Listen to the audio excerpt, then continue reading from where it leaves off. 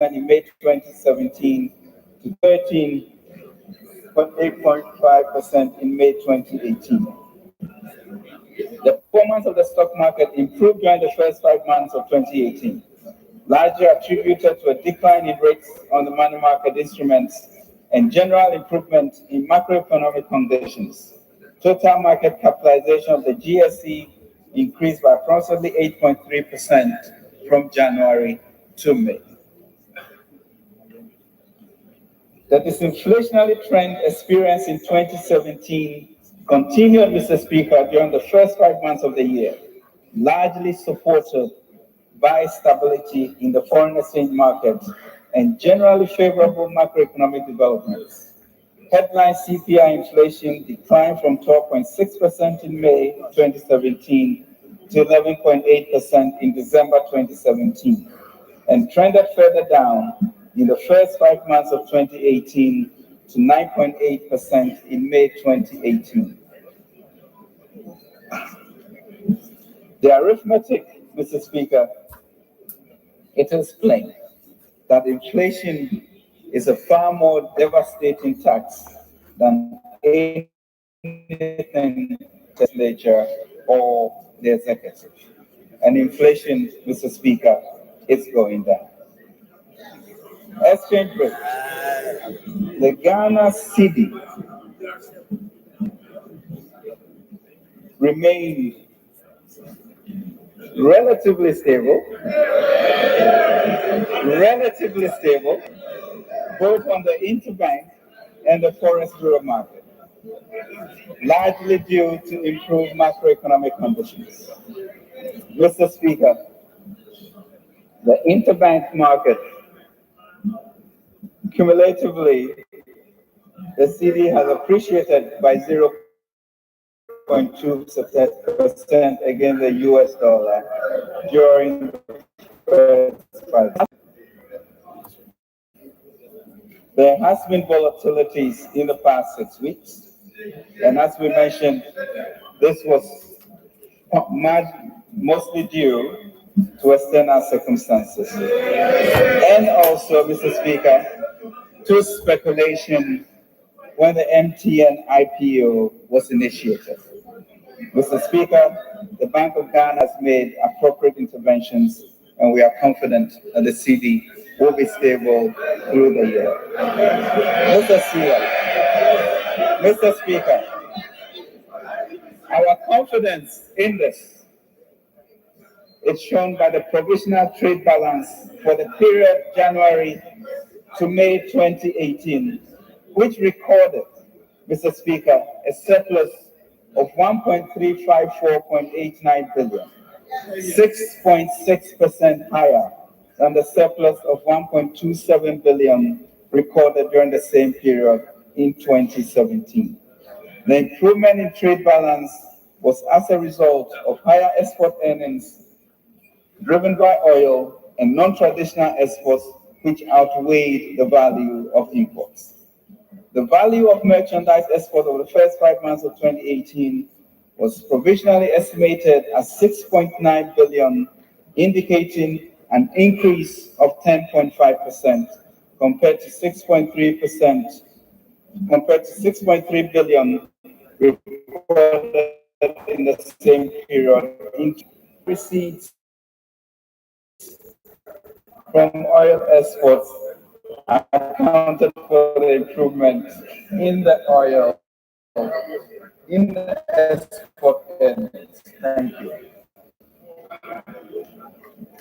The value of merchandise imports for the period January to May 5.68%, compared to 4.98 billion recorded in 2017. The increase of an increase in bone oil international reserve at the end of May 2018 was estimated at 4.6 billion, indicating 127 billion at the end of 2017.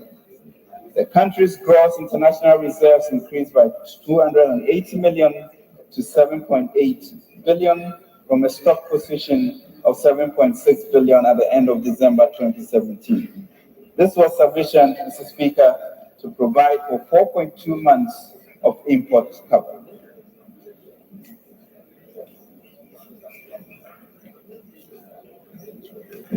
Mr. Speaker, the overarching goal of our macro fiscal policy, as set out in the 2018 budget and guided by His Excellency President Akufo-Addo's Coordinated Program of Economic and Social Development Policies 2017 to 2012, is to deepen macroeconomic stability, grow the productive sectors of the economy, create jobs, and ultimately move the economy beyond aid.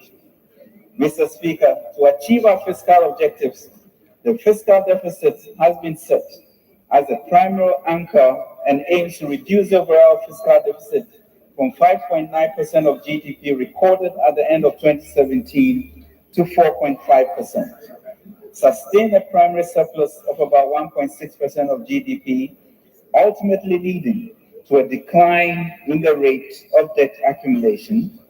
Continued fiscal consolidation is expected to be achieved through improvement, Mr. Speaker, in domestic revenue mobilization and other stricter spending controls and rationalization. To 2018 fiscal performance, January to May. Mr. Speaker, provisional data for the period indicates that total revenue and grants amounted to 17.4 billion, 7.2% of GDP, against a program target of 18.8 billion, 7.8% of GDP. Despite observed overages in some expenditures, total expenditure, including the clearance of arrears, also fell below its target and amounted to 23.8 billion, 9.8% of GDP, against a target of 24.6 billion, 10.2% of GDP. This resulted in a fiscal deficit on cash basis of 6.4 billion, 2.6% of GDP, against a target of 5.7 billion, 2.4% of GDP. Total realized inflows from petroleum receipts amounted to 2.1 billion, 36.3% higher than the program estimate of 1.5 billion. This includes corporate income tax arrears from oil of about 373.5 million for the period. Mr. Speaker, the shortfall in non-oil tax revenue is mainly as a result of lower than anticipated reported MDA's retention from non-tax receipts.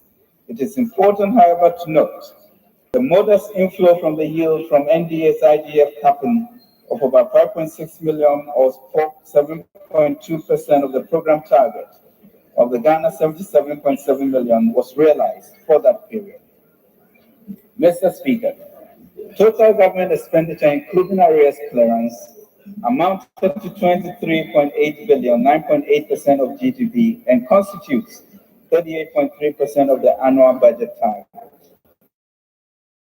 Although the out 10% target of 24.6 billion, moderate slippages were observed in the wage bill, 134.1. Following government's fiscal operations, the resulting cash fiscal deficit amounted to 6.37 billion, or 2.6% of GDP, or 2. Mainly from inflows from foreign sources, including receipts from the 2018 Eurobond. Foreign financing considered about 64.4% of total financing, while domestic financing constituted 35.6%.